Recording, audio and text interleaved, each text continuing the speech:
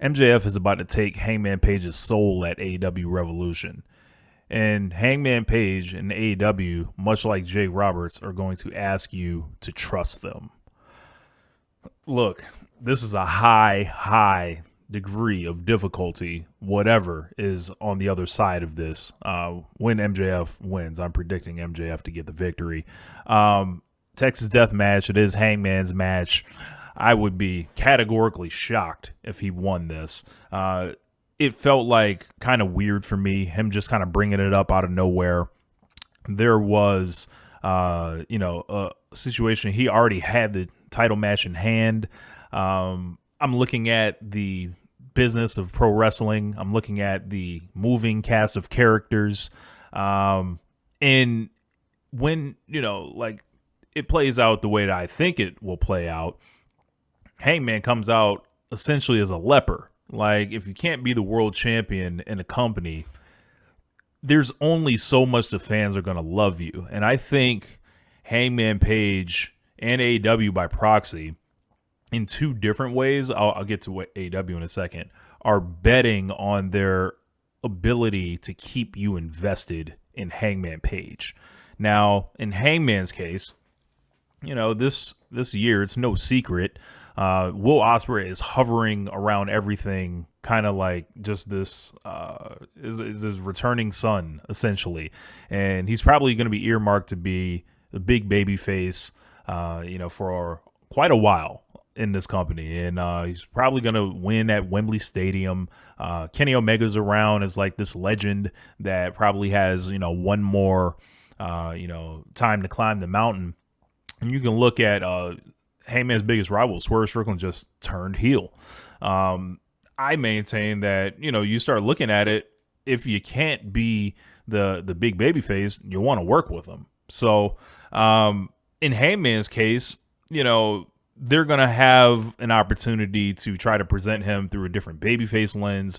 There will definitely be an option on the table to turn him heel, which, I can only, look at how his last title reign went, how it's been 7 years with him in the company, how he has achieved so much.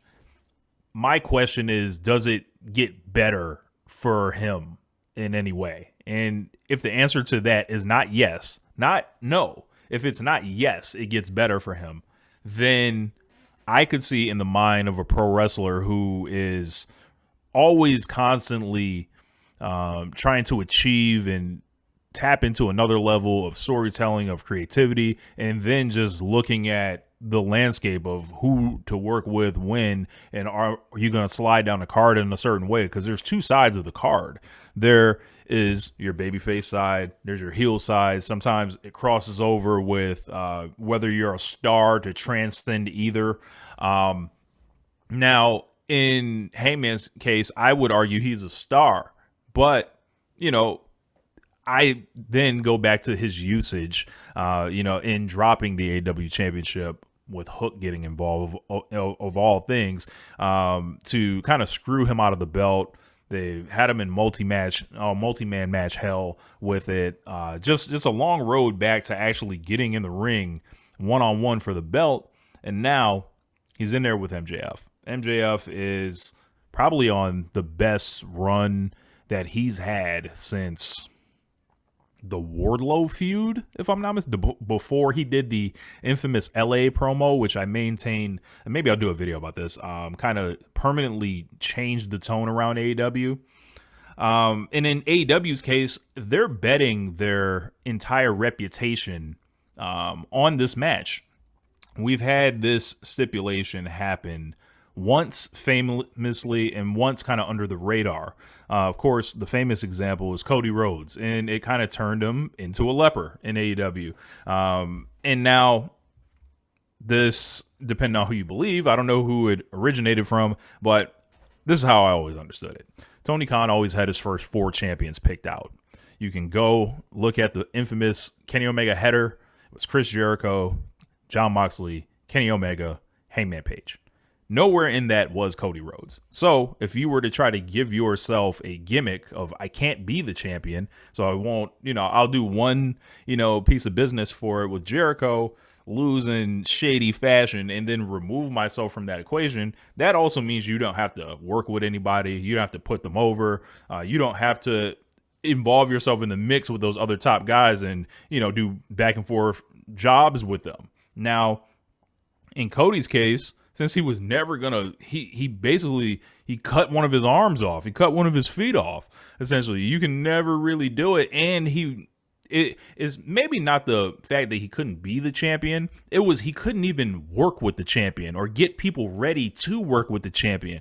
So that is like the risk that Hangman kind of faces here, and now AEW, for them being in the establishment stage of the promotion then from 2019 when that was established, they made it clear that they were going to honor their stipulations. And a lot of fans believe in that. They like the fact that AEW, holds their stips. Most, wrestling, stips don't get held. That's like the entire point is to break the stip. But AEW was kind of under I would say a different kind of microscope as they were getting established.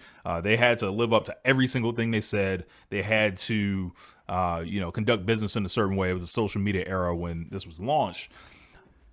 As we get further removed away from that initial launch period, I think AEW is more willing to lie to you, to lie to me about that. So the only exit route for Hangman Page, should it be a situation where he's not going anywhere, he doesn't isolate himself in his own hangverse, like the Cody verse, is he has to turn heel and break the stip. The entire, premise here is how Hangman Page now gives his word that he will not challenge for the championship anymore. I was in the building the night that he announced that, and it was the strangest, most eerie kind of feeling I heard from an AEW crowd. When Hangman came out to the ring, the responses were kind of lukewarm because, from Full Gear on, I think they did a number on Hangman as a babyface. And adding this stipulation did give some juice to the match because, one, you want to find out, is he about to win the championship? B, are they about to make one of the most insane decisions in the history of the company? So you kind of got to see it. And AEW Revolution, is typically, one of the greatest shows that they put on. I just think it is, I don't know why anyone would ever have to do this, because if your ultimate goal where you want to land is as a heel per se, because that would be the only thing that makes sense. Can't you turn heel in like a myriad of other ways than having to put the promotion's credibility on the line, which once you burn it, you're kind of just like everyone else. And I know I would imagine people in AEW would say, well, yeah, we want to be evaluated like everyone else. We don't want to be held to this impossible standard, which I can understand. I just feel like it is an unnecessary risk that, alienates those that have taken this ride and held you up as a promotion that has kept their steps, held you up as, a forward-thinking kind of product.